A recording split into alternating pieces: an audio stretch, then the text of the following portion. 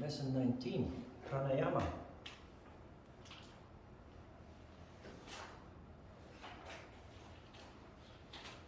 I sent you a handout titled Pranayama.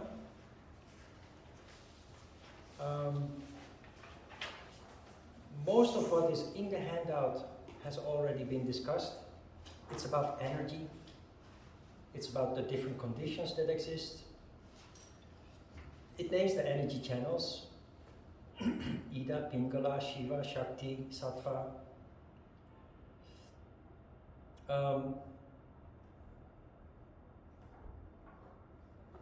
But what is pranayama?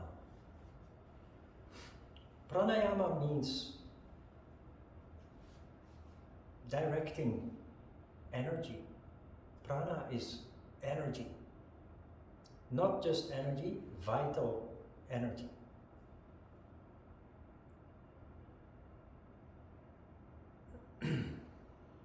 In yoga, everything is about energy. What we have done until now, we are halfway in the course.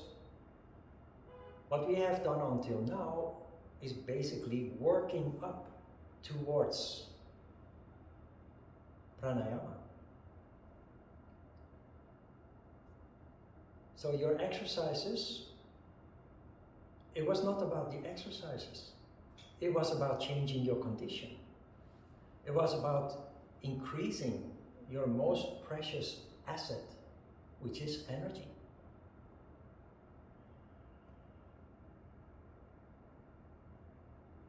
So, if you look at the Hatha Yoga Pradipika chapter 2, Sutra 1, it says, the yogin, having perfected themselves in asana, should practice pranayama according to the instructions of your guru, with your senses under control, conforming to a beneficial and moderate diet.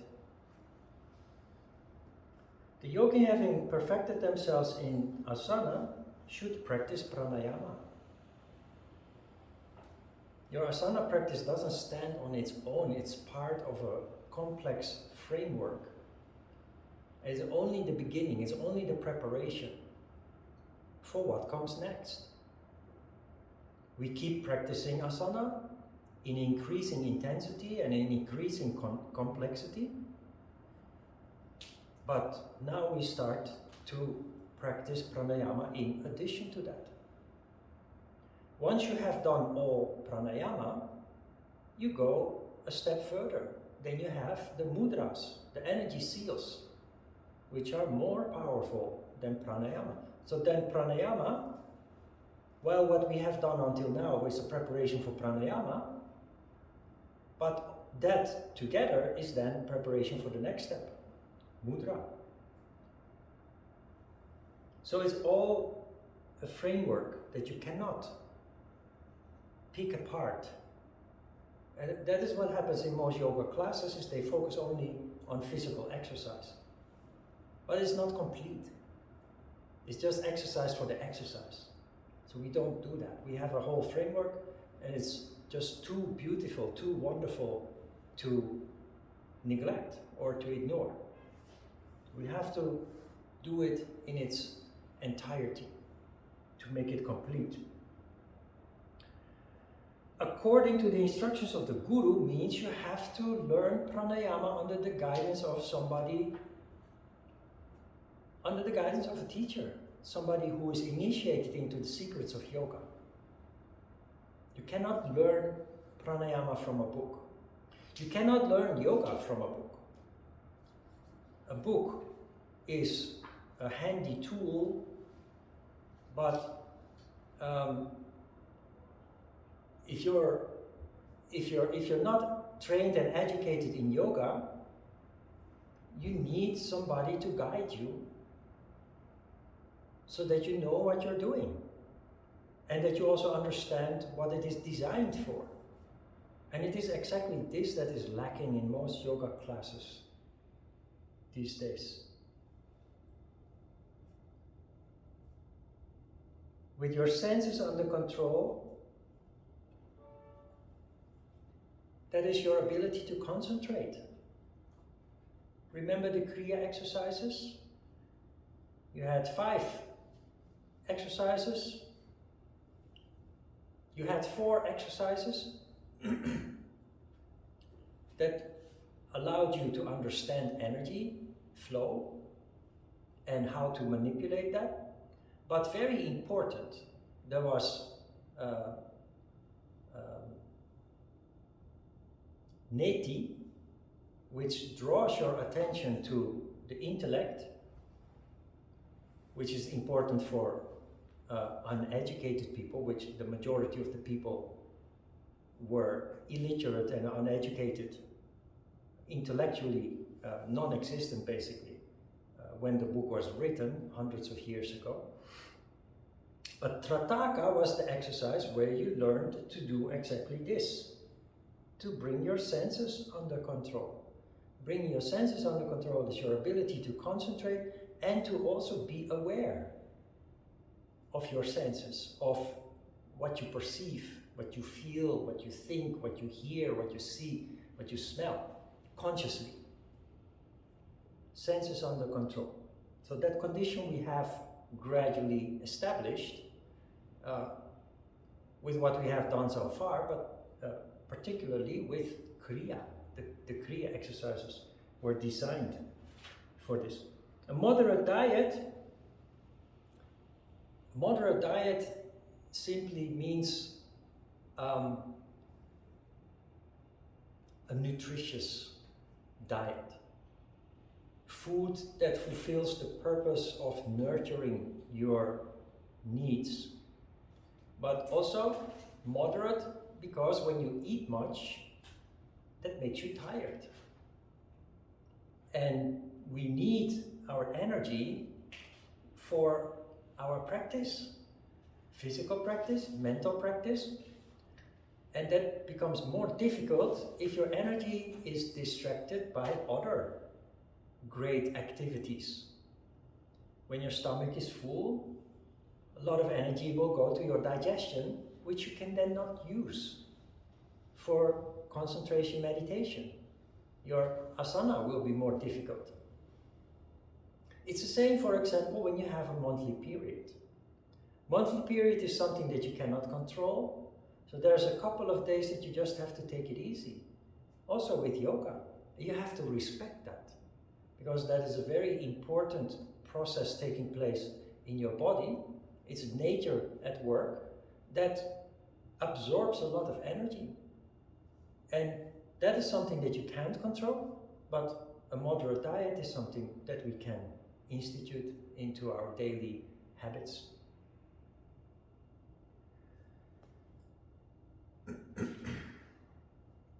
Sutra 2.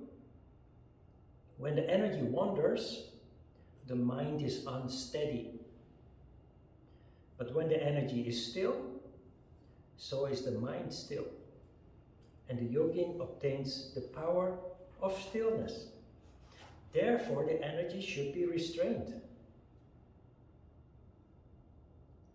Restlessness is a condition caused by energy that is scattered. Energy that is not focused like a laser beam, but on the contrary, that has no guidance, has no control, is scattered. That is the condition of most people. It's the reason why many people get sick without any other clear reason. But it's also the reason why we experience restlessness, lack of peace of mind. And the sutra tells us that if you do effort to control energy, which we can, because we're going to learn how to do that, the mind will become steady, will become focused, and you will experience a sense of calm and peace of mind. And who wouldn't want that? In the end, everybody would want that. Sutra 3. Life is said to exist only so long as there is energy in the body. Its departure is death. So one should restrain the energy. Now, every time that death is mentioned in the sutras, it does not refer to physical death at the end of your life when you die or dying because of accident or disease. Death here is a condition that most people are in while alive. Death is the condition of tamas. Death is the condition caused by the lack of vital energy. Death is the condition where there is no energy to fuel the higher chakras, the chakras above the diaphragm. Death is tamas. Life is life energy, vital energy. In Korean it's called ki energy. In Chinese, chi energy, we call it prana. Vital energy that is responsible for everything that blooms and grows and develops, evolves. Without vital energy, we stand still on all levels of our being. There's no consciousness, no insight. There's no evolution, no growth. It's the condition that, if you look around, you will see most people are in. It's the condition that in the past 30, 40 years, filmmakers try to portray with the image of zombies. Zombies do not really exist. They are an exaggeration. It's people with no spiritual activity. It's people who drag themselves every day from A to B just because they have to. People who do not have the consciousness and the inspiration to follow their heart. They just do what the clock tells them to do, what the boss tells them to do, etc. That is really what a zombie means. So when there is speech of death, mention of death, it's not about physical death, although many yogis and also books in the interpretation will actually refer to it literally, but texts are not literally, it's all symbolical language. Also death. And vital energy comes naturally in those who restrain the energy. If you stand still in a yoga asana, you are already restraining energy. Do you understand that? That's why it's so important that you don't move when you do yoga. You engage without movement. That is restraining of energy. And you can feel the difference between movement and engaging without movement, doing asana in the true sense of the word, meaning standing still. Sutra 4. When the nadis are full of impurities, nadis are energy channels. When the nadis are full of impurities, the energy does not go into the middle. Shushumna nadi. How can there be unmani avashta? How can there be attainment of the goal?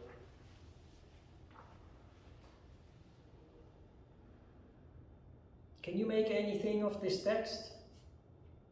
Many yogis cannot make anything practical of this text. We do, because we know what it means. When the nadis are full of impurities, the energy does not go into the middle, the Shushumna nadi. You remember Shushumna nadi? That is the third channel that only activates when there is relative harmony between Shiva and Shakti.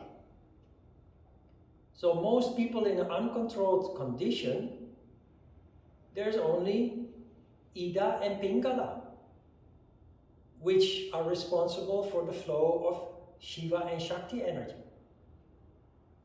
And because there is always a fluctuation between tamas and rajas, which means between domination of Shiva energy and Shakti energy, so it's always fluctuating, and hardly ever is it in the middle, in balance, in harmony. The phenomenon of Sushumna Nadi, the third channel, that is responsible for fueling the chakras on the higher level, that is responsible for awakening of consciousness, that phenomenon doesn't take place. How can there be Unmani Avashta without this phenomenon? It doesn't exist. What is Unmani Avashta? Unmani Avashta is the crown chakra. All the chakras, if you have paid attention, we do not emphasize the mantras that belong to the chakras, but all the chakras have a one-syllable mantra. Lam, Ram, Vam, Bam, and what have you, Om. The only chakra with more than one syllable is the crown chakra, and that mantra is called Unmani. Unmani. Unmani Avashta is the condition of the crown chakra manifesting. How can there be Unmani Avashta if Sushumna Nadi is non-existent? Because you understand these concepts, the sutra, the text start making sense. 5. Sutra 5.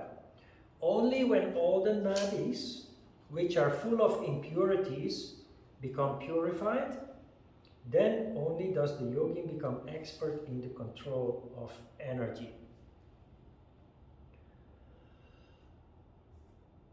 The nadis, the energy channels, if you feel the text is implying that we are polluted. Where does this pollution come from? That is karma. Everything that we have experienced since we were born has left an impression in us, which we call memory. And when memory is strong, it causes a disruption. It leaves what we call an impurity in our energy channels. This impurity in the long term leads to disease.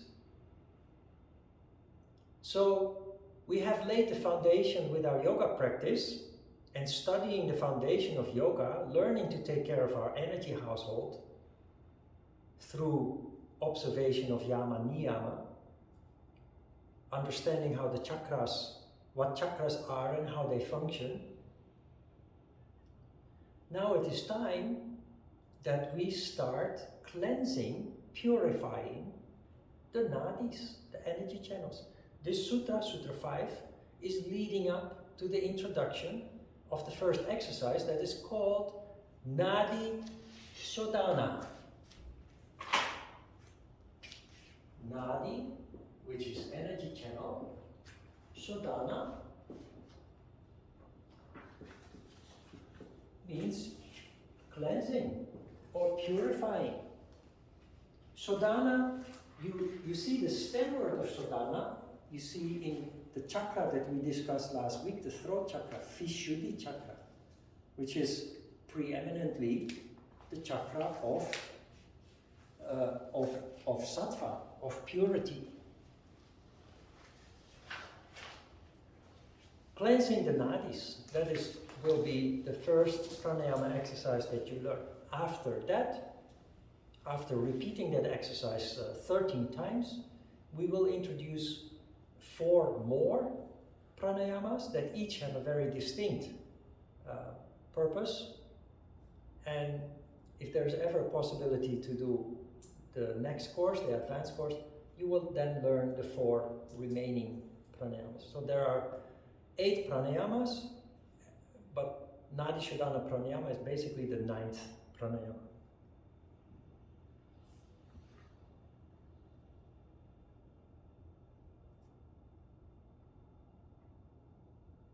Sutra 6. So control of energy, pranayama, should be done daily with the mind. Should be done daily with the mind, in which the sattvika element prevails, till the Shushumna Nadi is free from impurities. This sutra tells us that pranayama is a mind control exercise. You direct energy by using the power of thought. To indicate how that works, in lesson 13 or 14, lesson 13, I included the article about pregnant through prayer. We don't believe it. We don't think that it actually has an effect, but the statistics, the experiments show that the effect is actually rather spectacular. The power of the mind should not be underestimated just because we cannot see it. It is also the reason why pranayama is widely misunderstood as being breath control or breathing exercise. Sutra 7, the yogin, assuming the Padmasana, should draw in the energy through the moon, and having retained it as long as possible, should then release it through the sun. Does it make any sense? Remember, there are two gates through which energy flows in and out of the body. The sun gate and the moon gate. Chandra Bindu and Surya Bindu. Chandra is the moon, Surya is the sun. Chandra is here, Surya is in the groin. When you know that, and you read it again, the yogin, assuming the Padmasana, should draw in energy through the moon. Where is the moon again? In the groin. Vashti. Remember Vashti Kriya? Sucking up water through the anus and expelling it again. You let energy rise up through the groin, through Chandra Bindu. And you release it again through the sun. Up. Wait, I'm turning things around now. You let energy in through the moon. It's in the top, going down. And you let it out through the sun. So you swallow a piece of bandage and you release water through the anus. Of course, we have done those exercises. You don't need that visualization anymore. Just the feeling is enough. Focus on inflow of Shiva energy, because it is Shiva energy that goes from the top to the bottom. Focus on letting Shiva energy flow in, and you then release Shiva energy through the bottom.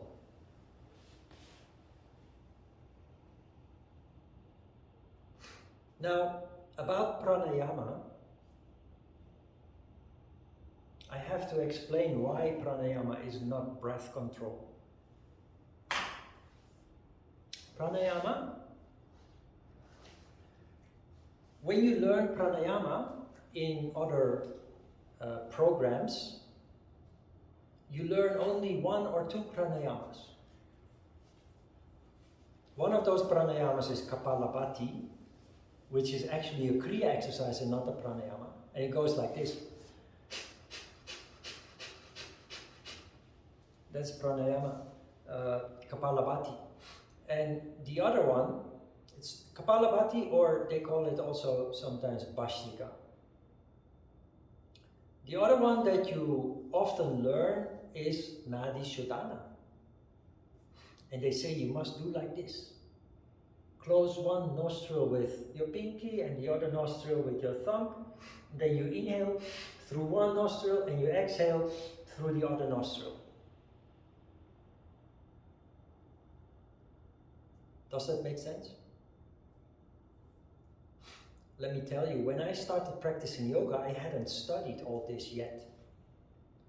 And the book from which I was learning yoga also said that after you're done with asana, you have to do pranayama. And they said when you do Nadi Shodhana pranayama, you must close your nostrils repetitively. And for some reason, I thought, this doesn't make sense. In the beginning, when I hadn't studied with Ajita yet and didn't know that pranayama was actually energy control, I did breathing exercises. But I refused to do this because I thought, what difference does it make through which nostril the air goes in and through which nostril the air goes out? It's all the same. So it cannot give the benefits that are being promised here. So I did pranayama just with both nostrils, rebellious as I was. If it is correct, you also become a rebel, because all yogis are rebels. Why? Because you follow your feeling. You do not just blindly do what people tell you to do. Because if you have the slightest feeling that something doesn't make sense, while everybody else will do it, you will say, no, this doesn't make sense to me, I'm not gonna do it. And you are right. There's nothing wrong with being rebellious, as long as you do not become a radical. Sometimes I have been a radical during a certain developmental stage as a yogi. But that then became replaced with the heart. It's part of your development, and it's not bad. So, but there, I told you, there are 9 pranayama exercises. There's not only Nadi Shodhana, there are 8 more. One of those is called Ujjayi. And if you know Ashtanga Yoga, you hear a lot about Ujjayi because they have Ujjayi breath. And so when you go to a class with Ashtanga yogis, they all breathe very heavy, like and they call it Ujjayi breath. You will learn Ujjayi in a couple of weeks, but not as a breath control. Now let me tell you why do you learn such a limited pranayama? While there are 9, you learn only 2 or 3, and the others are conveniently ignored. And why are they not in line with the instructions?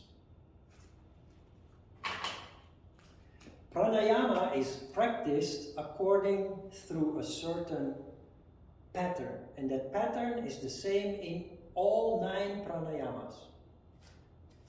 There is inflow,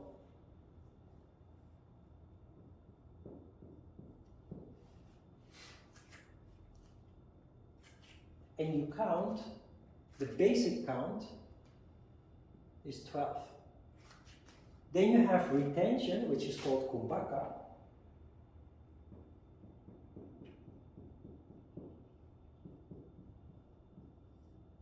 Which is 48.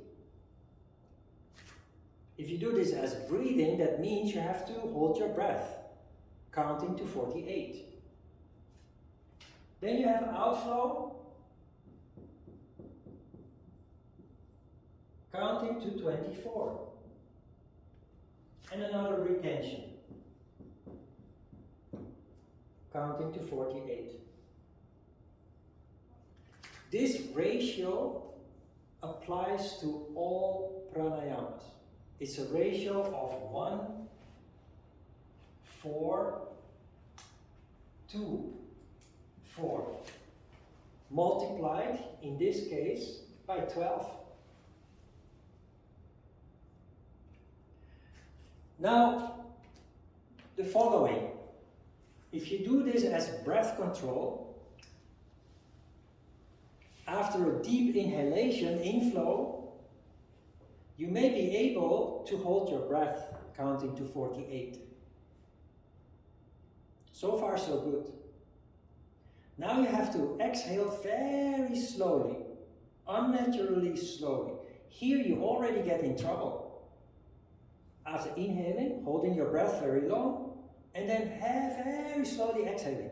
You're running out of oxygen. Worst, after exhaling, you again have to hold your breath 48 counts. This is the basic count. This is impossible. The last two steps are impossible. You die if you don't breathe.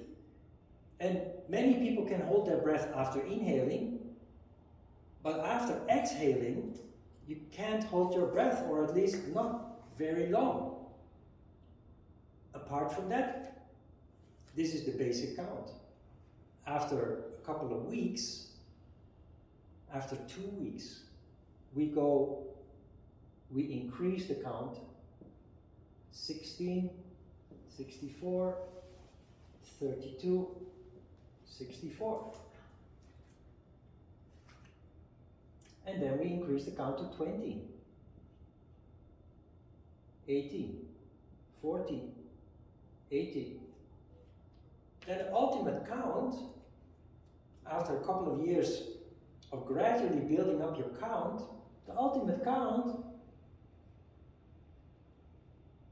is 80, 320, 160, 320. Can you see what's wrong with the interpretation of pranayama being breath control? This process takes about 40-45 minutes. Impossible if you do this as breath control. Now, apart from the practical, let me tell you some anecdotes of students who have had amazing benefit practicing pranayama correctly to heal, not to heal, to control chronic disease. The first student was when I had my studio in Itaewon. I was one day visited by a girl who told me she's a yoga teacher. And she said she read an interview in some magazine and she felt intrigued. She explained to me that since she was born, she suffered from atopy, a skin disease. And it was beautiful weather, it was warm, but she came to me wearing a turtleneck. And the reason why she was wearing a turtleneck, even though it was hot, is because she had huge red patches on her skin, all over her body. And she explained to me that she had a typical body. She had long legs and a short upper body. And she explained that she was born missing one vertebra in the lower back. And she thought that that may be the cause of the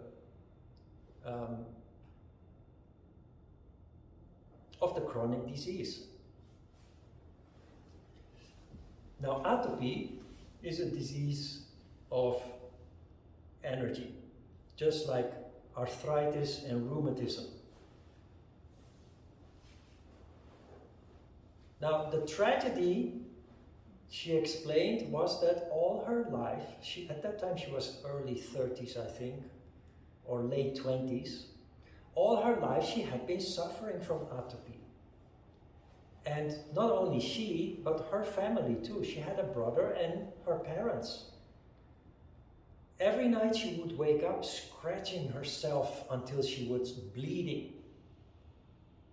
There hasn't been a night that she could sleep fully, always waking up in pain.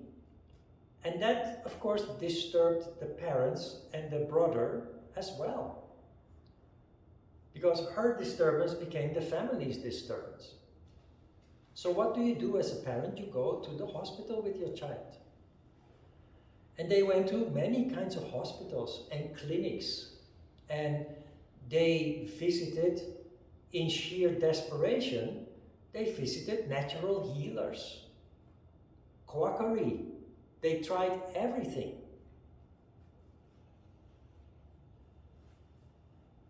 And nothing worked. The only thing that doctors could do was give her ointment to reduce the symptoms. But in spite of the ointment and other treatment, it remained really serious, very severe. So she started practicing yoga. Having tried everything, all kinds of medicine, pharmaceutical and natural, and up to quackery, dangerous things even. You try anything. Out of desperation, you try anything. And you spend lots of money on it. Then she came across yoga. She read that yoga is good and might help. So she tried yoga. And because she was in a very serious need, she pursued her yoga practice. Not just asana, but she wanted to know more about meditation, about energy control, and what have you. So she explained that she did learn pranayama, and she practiced every day, even twice a day. And by default, she became so good at yoga that she chose to become a yoga teacher. But the atopy remained. In spite of everything that she tried, the atopy remained. Reading my article, in which I probably explained something about energy or pranayama, she said, "You're my last hope. Can you help me? Do you think that is possible? I've had so many disappointments. I don't believe in it anymore, but I have no other choice. Can you help me?" And I said, "I don't know, but listening to the story that you tell me and the symptoms that you have, it seems to me that there is an overall lack of energy, caused or not by the missing vertebra. It doesn't matter. The symptoms point towards overall lack of energy." So she became intrigued and she registered to do the course. And because she was so enthusiastic, I took her apart after the class and I introduced pranayama to her at the beginning of the course because I really wanted to help her. So one-on-one, I taught her how to do pranayama, and she started doing pranayama, of course, every day. You know what? The red patches disappeared. And one day she came to me and she said, "Ron, my mom wants to thank you from the bottom of her heart because for the first time I've slept the whole night without crying, without pain, without scratching myself until bleeding." It worked. The pranayama, Ujjayi actually is what we did. Ujjayi pranayama is a pranayama that increases both Shiva and Shakti levels at the same time. And it worked. And it proved to work because we are all only human. Sometimes you slack off. Sometimes you become distracted, busy with other things, and you forget to practice. She forgot to practice once in a while. That happens to everybody. And the patches would come back. The rashes, the red, the itch would come back with a vengeance, motivating her to start practicing again. And it would then dissipate again, it would disappear again. Amazing. Later, another example is a young Vietnamese lady who suffered from chronic arthritis to the spine, particularly rheumatism in the spine. Early 30s, 3 children, and the wife of a very busy diplomat from Norway. So very busy running a family, not only the children, 3 boys, that's a lot of work, but also a very busy diplomat husband. While at the same time suffering from this debilitating pain. And she was very dark. I remember when she came, very dark and very lethargic. And like the other girl that came to me with the atopy, she also explained, and the story is very similar. She tried everything to deal with the rheumatism, or to heal it, to get rid of it. From clinic to hospital, major hospital, to quackery, and she ended up with very heavy painkillers, which oppress the pain, but the side effects are so horrendous. You better not take those medicine. So the pain was controllable, but she suffered from the side effects of this medicine. Like the other lady, she had practiced yoga, hoping that it would help. And she said, it does give a little relief. I have become more flexible, I feel stronger, but the pain, I can't live without my painkillers. I dread going to sleep.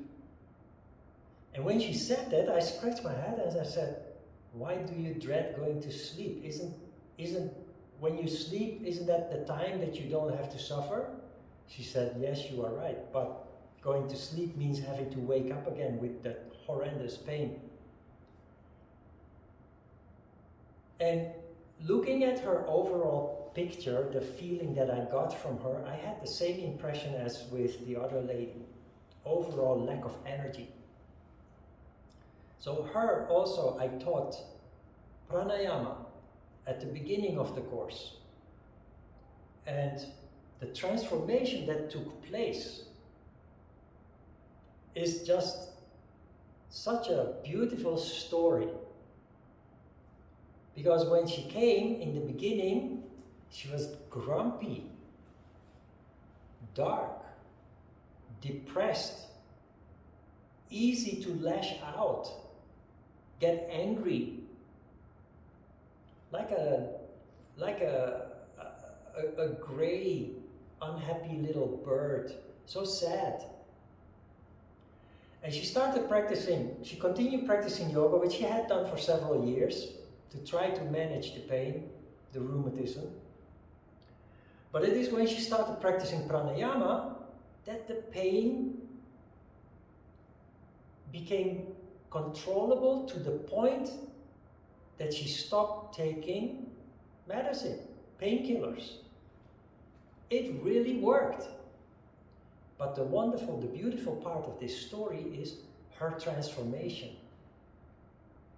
She became so joyful and naughty. She started pranking me in the class and giggling and having so much fun.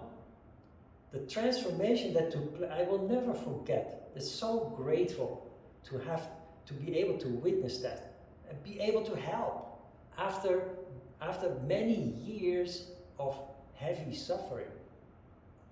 It really worked. She too tried pranayama as breath control, and it didn't work. She tried pranayama in the way that we teach it, in the way that was also given to me, and it works. It really works. And not only that, you don't have to hold your breath for this long count, which is simply not human. Anybody who practices pranayama as breath control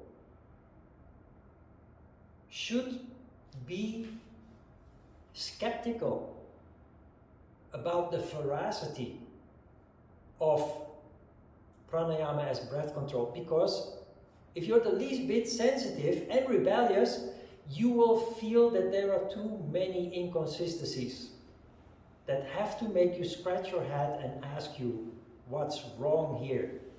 Something is not correct, something is not right. Because of the inconsistencies and basically the impossibility of doing it according to the framework.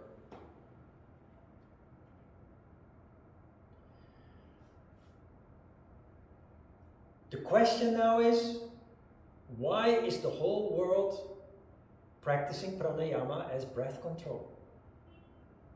Even taught by reputable yogis as breath control.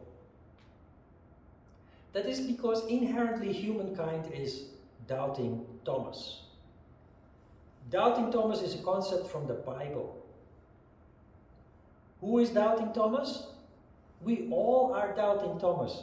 Doubting Thomas is the person that does not believe in phenomena that you cannot perceive with your gross senses. What you can't see, what you can't hear, what you can't smell, taste, or feel doesn't exist. That means everything related to energy, everything related to vibrations, which is actually a large part of our existence, we deny. We are all doubting Thomases because we can't see it. And that is why people have mistranslated pranayama into breath control, ignoring the inconsistencies and the impossibilities, because that was the only way they could explain it.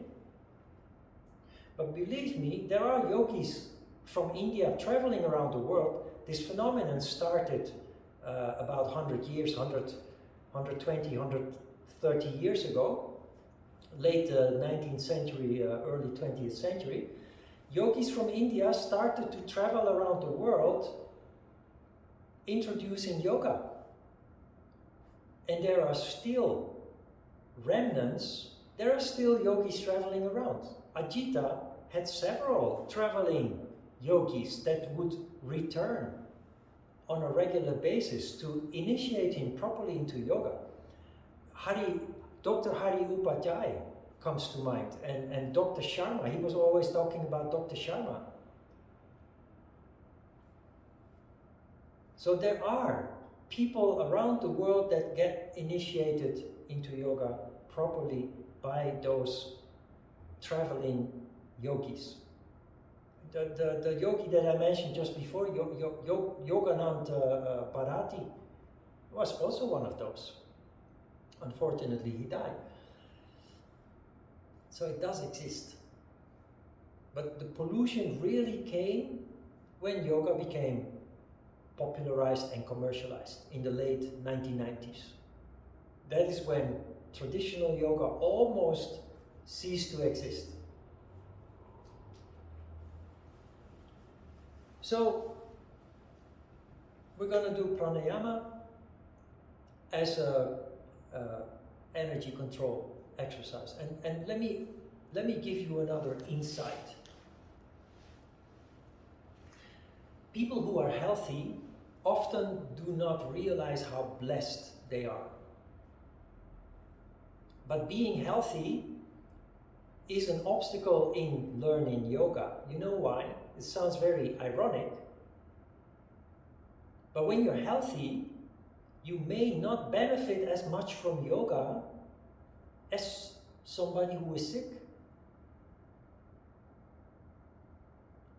The two examples that I gave you of people who were chronically sick for many years, one even starting from birth, they are not doubting Thomases. They very quickly and very clearly saw the impact of what they did. But when you're healthy, the changes that you bring about are marginal because you're already healthy. Then instead of counting our blessings, we are skeptical and we say, well, I don't feel anything, so it's nothing. And I'm telling you this because I understand you may be skeptical. We have very carefully worked up towards this, and we're going to do this. But if you're skeptical, realize that if you're healthy, count your blessings. Because there are people that are not healthy and they really benefit so much from something like this. And it is not the asana, but it is the pranayama that allowed the breakthrough. Because both the Vietnamese lady and the other lady, the Vietnamese lady with severe spinal rheumatism and the lady with atopy,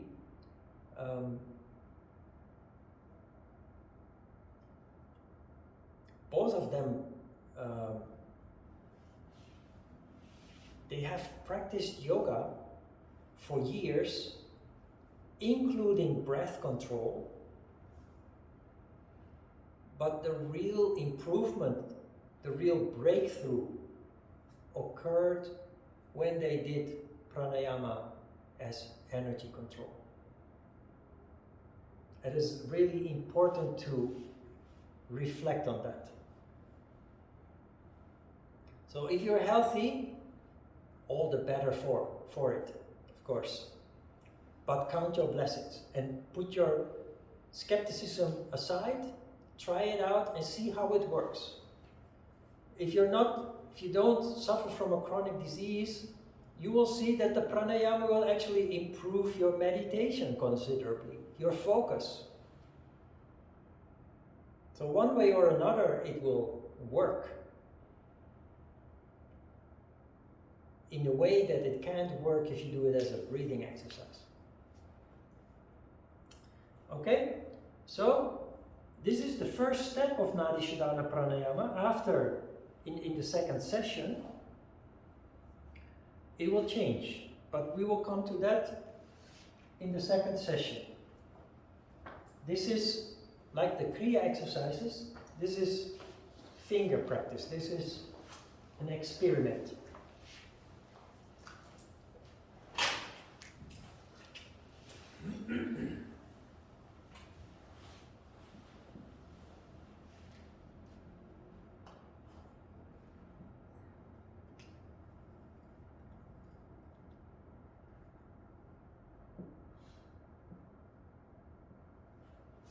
You let energy in through the moon.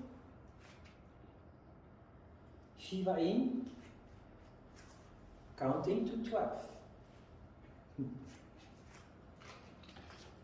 Shiva in, counting to 12. Then you have a kumbhaka, retention. I will explain. 48. Then you let energy out through the sun, which is Shiva. Out, counting to 24. And then you have the last retention, 48. This takes about 6 minutes, 6-7 minutes. And the rest of the time you concentrate on nada. Now the counting is not like you usually count. 1, 2, 3, 4, 5. You count very slowly, very gradually. Native English speakers, they count 1001, 1002, 1003. But we count as yogis, we count Om 1. Om 2, Om 3, Om 4. Why is it important to count slowly and gradually? If you go too fast, if you rush it, it doesn't build up. It doesn't work. It becomes fleeting. If you count slowly and gradually, it has a much deeper impact on you. So do not rush, take your time. You will have a total time of 25 minutes, so no need to rush, otherwise you just get bored, maybe. So what we have is Nadi Shodhana.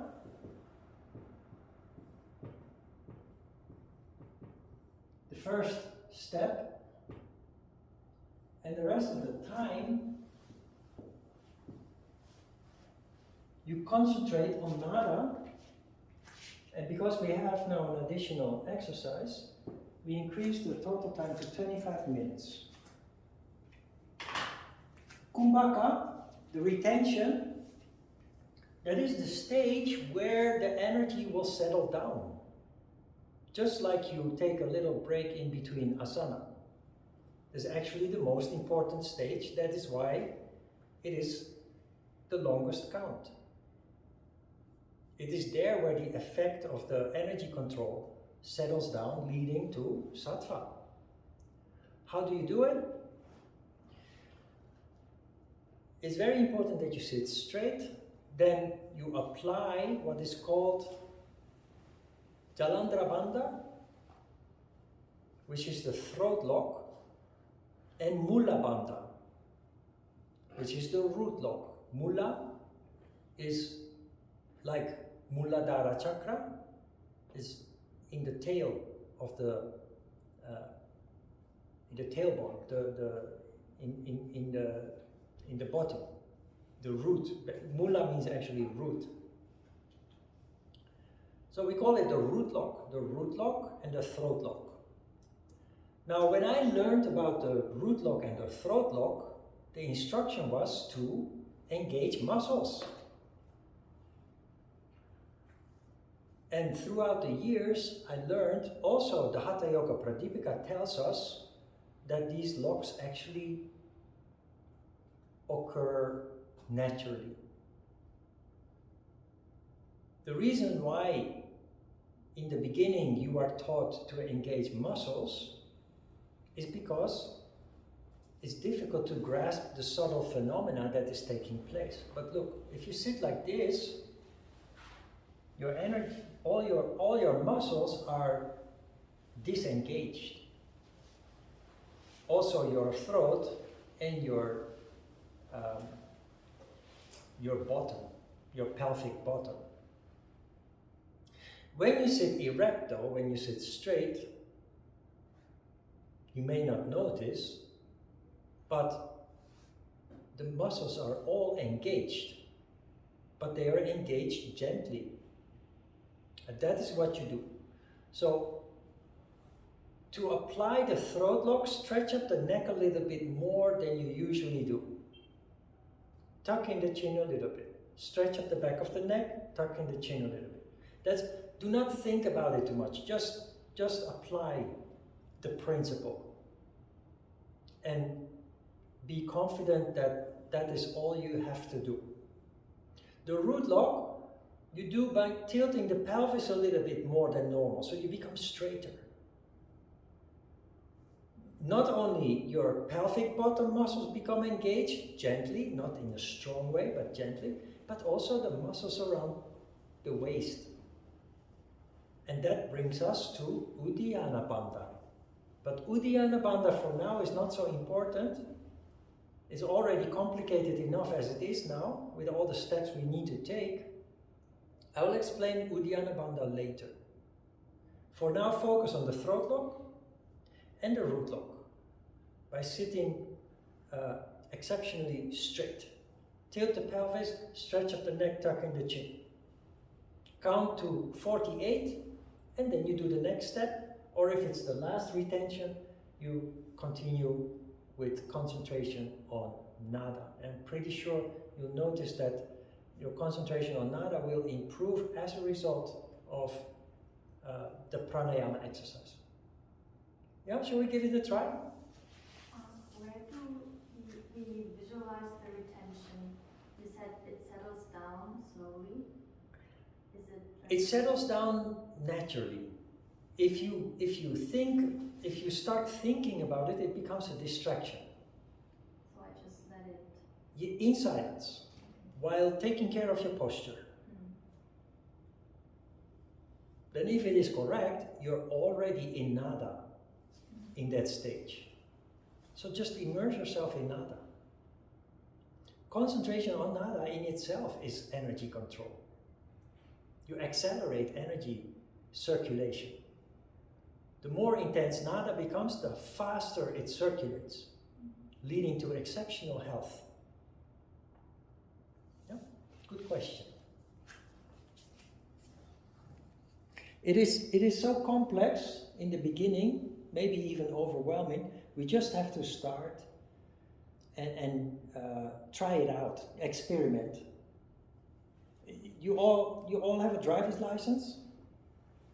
You know how to drive a car? You remember the first time that you stepped into a car? Very overwhelming, scary. Because you have to do things with your feet, you have to do things with your hand, switches and handles and pedals and what have you.